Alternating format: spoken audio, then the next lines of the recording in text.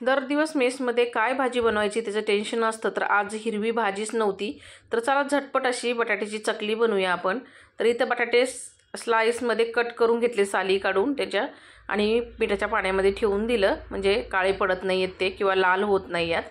खलबत्त्यामध्ये मिरची, मीठ, लसूण ठेचून घेतलं. कढईमध्ये तेल गरम करून जिरा, मोहरी, कांदा, कढीपत्ता चांगला तडतडून घेतला, थोडा हिंग टाकला आणि व्यवस्थित गुलाबी रंगावरती कांदा चांगला परतून घेतला. 1 चमचा इतका मिरचीचा ठेचा टाकला, हळद टाकली आणि परतून घेऊन त्यामध्ये बटाट्याचे स्लाइस टाकले आणि मिक्स करून घेतलं चांगलं.